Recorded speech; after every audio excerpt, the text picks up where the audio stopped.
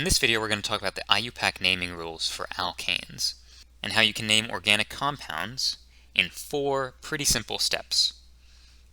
And if you like this content or it's helpful for you, please make sure to let me know in the comments. And if you want to see more of this type of content, subscribe to the channel. So the first step of our 4 steps is to find the longest continuous chain of carbon atoms, and that's called the parent chain. Once you find that and identify it, we're going to name it, and we're going to name it just like an unbranched alkane, because that's effectively what it is. We have our longest continuous chain, and if we ignore all the substituent groups, and we're assuming that this isn't a cyclic organic compound, if we ignore all the substituents, then our longest continuous chain is effectively like an unbranched alkane, and so we're going to name it as such. So something like propane, butane, hexane, octane, something like that. So our second step is that we are going to identify the substituents. And the substituents are all the functional groups or alkyl groups that are on the parent chain, and we can have one substituent or multiple.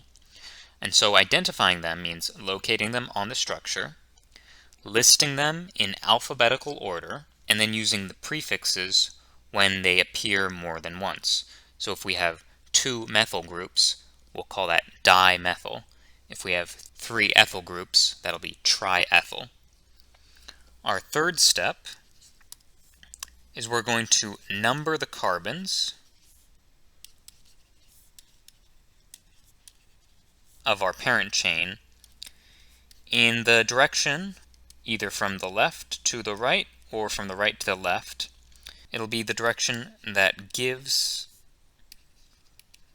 the lowest number to the substituents.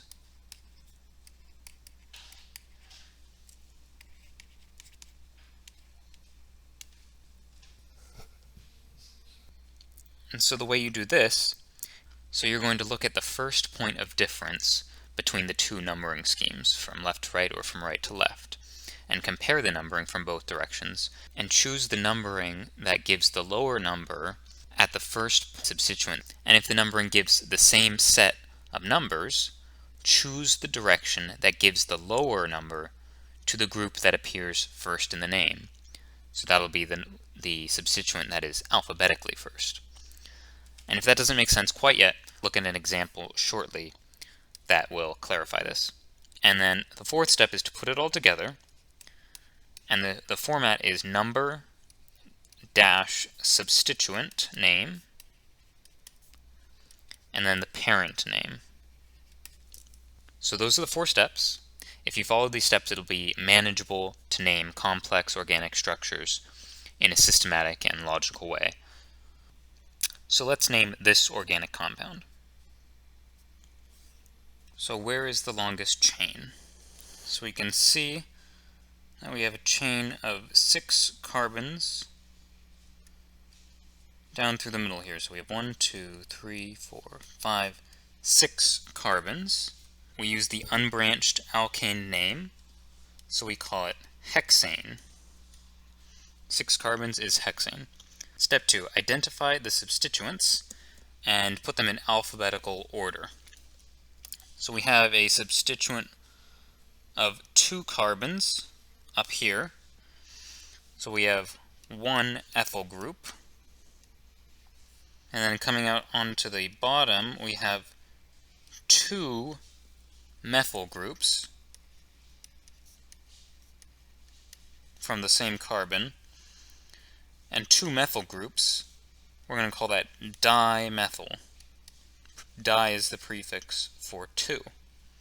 Step 3, we need to number the carbons to give the lowest number to the substituents. So we can either name it from right to left, 1, 2, 3, 4, 5, 6, or from left to right, 1, 2, 3, 4, 5, 6. So how do we choose which one to use? We have 3 substituents in this compound, so that means in the name that we're coming up with, there's going to be 3 numbers.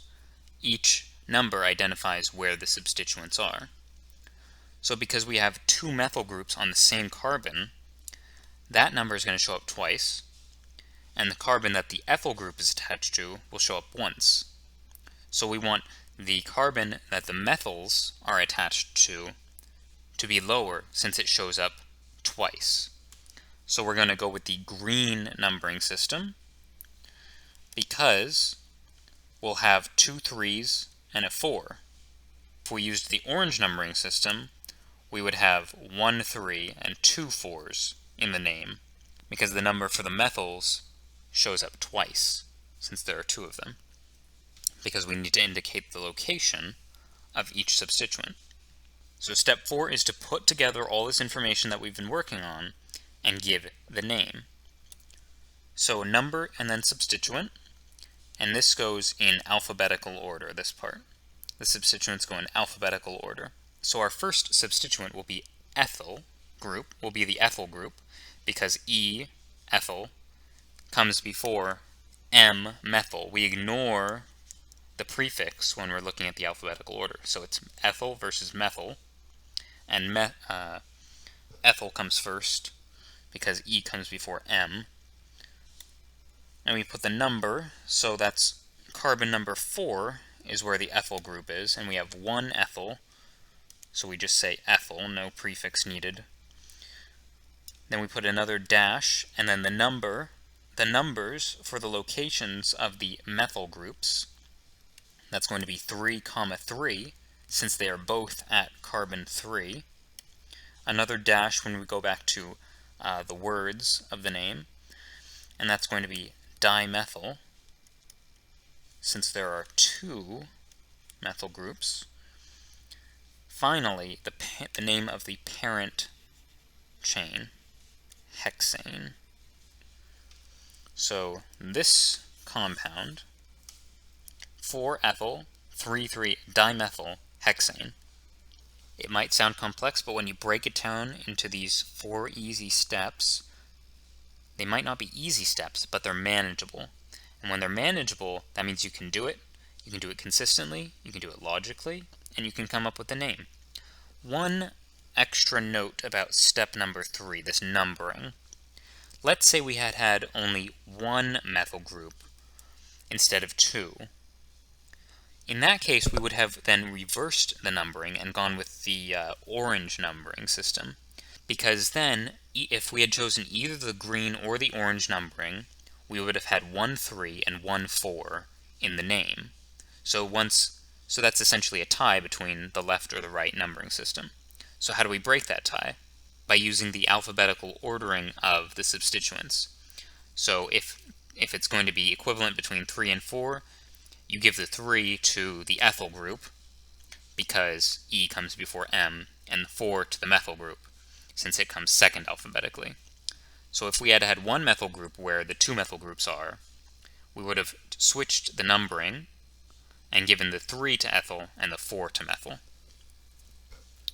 I'm planning on making more of these naming videos, and if you have specific compounds you want me to name or go through the logic behind the name, please leave it down in the comments.